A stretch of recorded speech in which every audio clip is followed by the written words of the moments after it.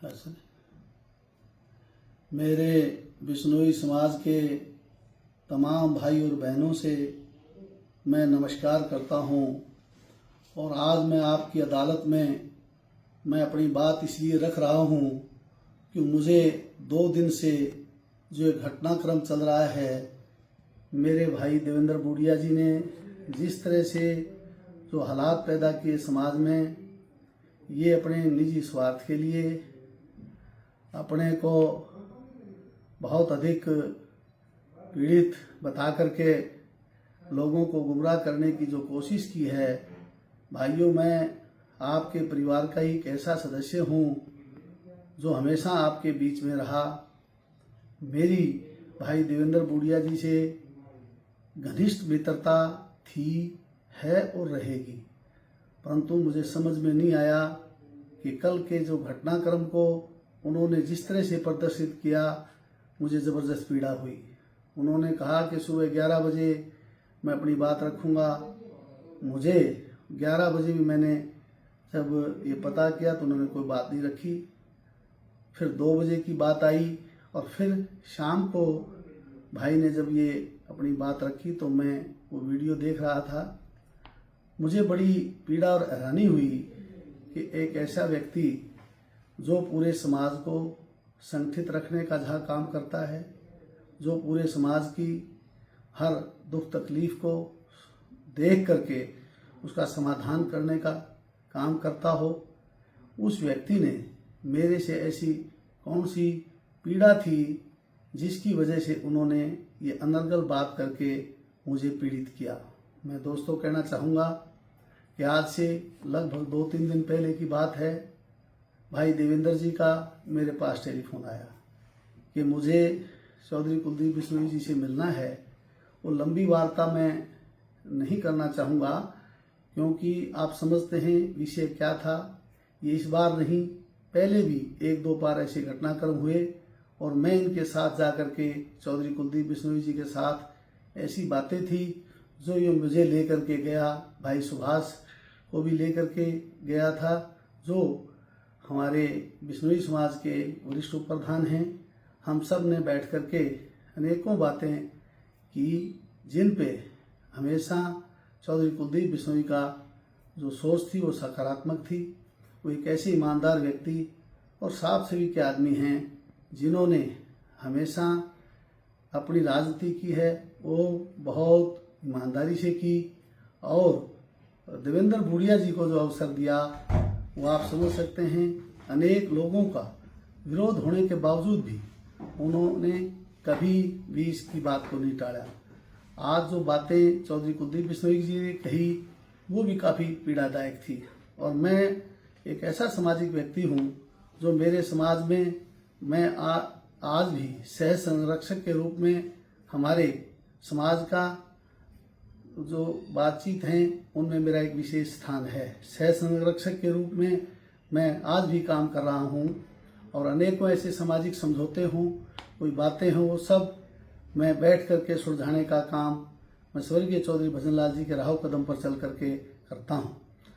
दोस्तों, आज पीड़ा इस बात की है कि हमारे भाई देवेंद्र जी ने मुझे दिल्ली में अपने काम के लिए, अपनी तरफदारी के लिए कहूँ, अपने पक्ष के लिए कहूँ, वो बातें करने के लिए मुझे बुलाया था और उन्होंने कहा था कि मैं और आप कुलदीप जी से बैठ करके मैं मेरा इस्तीफा देना चाहता हूं ताकि मैं वहां बैठ करके अपनी बात भी कर सकूं और समाज की बातें भी मैं करूंगा। तो मैंने कहा समय मेरे पास बहुत कम है, मुझे आप बता दें क्यों मेरे प्रोग्राम हैं 18 से 20 प्रोग्राम। इन्होंने 11:15 बजे का समय मुझे दिया। मैं 11:15 बजे से वहाँ पहुँच गया। जैसे ही पहुँचने वाला ही था मुझे संदेश मिला कि वो आज नहीं आ रहे। इन्होंने वहाँ हॉस्पिटल का एक चित्र दिखाया जिसके को मैं देख करके मुझे बड़ी यूँ लगा कि भाई बीमार हो गया। तो मैंने कहा देवेंद्र जी, अगर आपने नहीं आना था तो मुझे फ़ोन कर देते और मैं वहाँ कम से कम अपने जो कार्यक्रम थे उनको कर लेता। इन्होंने बहुत बढ़िया तरीके से मुझे कहा, भाई मैं अचानक बीमार हो गया और मैं आने में सक्षम नहीं था, ना फ़ोन करने में सक्षम था, इसलिए अब शाम को आऊँगा, 3 बजे की फ़्लाइट है और 4 बजे आ जाऊँगा। कहाँ आऊँ, कहाँ बैठें? मैंने इनको कहा कि आप इसमें आ जाना, हरियाणा भवन में। बोले वेदांता में पहले दवाई ले लूँ या बाद में आऊँ? मैंने कहा भाई पहले आ जाइए, क्योंकि मैं बहुत देर से वेट कर रहा हूँ और फिर अपनी बात करके मैं निकल जाऊँगा। भाइयों, बड़ी अच्छी सौहार्दपूर्ण में बात हुई और भाई ने मेरे पास लगभग 6:15 बजे पदार्पण किया। मेरे पास बैठ करके बहुत बढ़िया तरीके से उन्होंने अपनी बातचीत की और ये कहा कि चलो राजी खुशी कमरे से हम उठ करके गए तो वहाँ चाय आदि पी करके, क्योंकि इनके हाथ दूसते हैं, कि चाय पी। मैंने कहा पी ले भाई पूरी। बोला नहीं यार, आदि पी लेंगे और हम फिर चलने की तैयारी कर ली। मेरे कमरे में जो छोड़ के गया इसको मेरा ड्राइवर था केवल, और फिर चाय लेके आया एक बहरा था। भाई ने कहा इस वीडियो के माध्यम से मैंने देखा कि 5 लोग थे। ये अपने दीन धर्म और गुरु जमेश्वर भगवान की कसम खा करके अगर मुझे ये कह दे कि भाई अकेला नहीं कहे, आपकी एक ऐसी कमेटी बनाएं समाज की जिसमें साधु संत लोग भी हों, जिसमें मौजूदा विधायक हैं आपके समाज के, पूर्व के मंत्री हैं, आज के मौजूदा मंत्री हैं और प्रबुद्ध लोग हैं, और आपकी एक ऐसी कमेटी है समाज की बहुत बड़ी, इनके ये सब साथी मिल करके वहाँ हरियाणा भवन में बैठ जाएं, समय तय कर लें। क्योंकि कल आपने मीटिंग बुलाई है 2 बजे। मैं देख रहा था किसी भी साथी ने ये नहीं कहा। मुझे बड़ी तब अफसोस और झटका लगा कि जब कोई एक व्यक्ति अपना पक्ष रखता है तो उसकी केवल बात सुन करके उस पर अमल नहीं करना चाहिए। उनको अमल तब करना चाहिए पंचायती लोगों को, दूसरे भाई की बात को सुने। मैं अपनी अनेकों बातें ऐसी हैं जो बैठ करके देवेंद्र बूढ़िया जी मेरे बड़े भाई हैं, वो और मैं और आप लोग जो साथी हैं आपकी कमेटी, मैं मेरे समाज के साथियों से भी अभी तक मैंने नहीं कहा, ना मैं उनको बुलाऊंगा। क्यों कि मैं जब आपके समाज ने फैसला किया है तो आपके समाज पर मैं काफ़ी विश्वास करता हूँ। मेरे समाज के लोग भी मुझे बहुत, मेरे ऐसे साथी हैं जो बहुत सामाजिक रूप से बहुत ऊंचे दर्जे के लोग हैं, परंतु मैं किसी भी तरह से इसको ऐसा टकराव नहीं देना चाहता कि एक पक्ष और दूसरा पक्ष अलग अलग सामाजिक सोच के लोग हों, अलग अलग समाज के लोग हों, ताकि वो, मैं इसलिए नहीं करना चाहता इकट्ठे कि कहीं कंट्रोवर्सी ना हो। मैं ऐसा सामाजिक व्यक्ति हूँ जो साधारण तौर पर समाज में को जोड़ने का काम करने वाला व्यक्ति हूँ।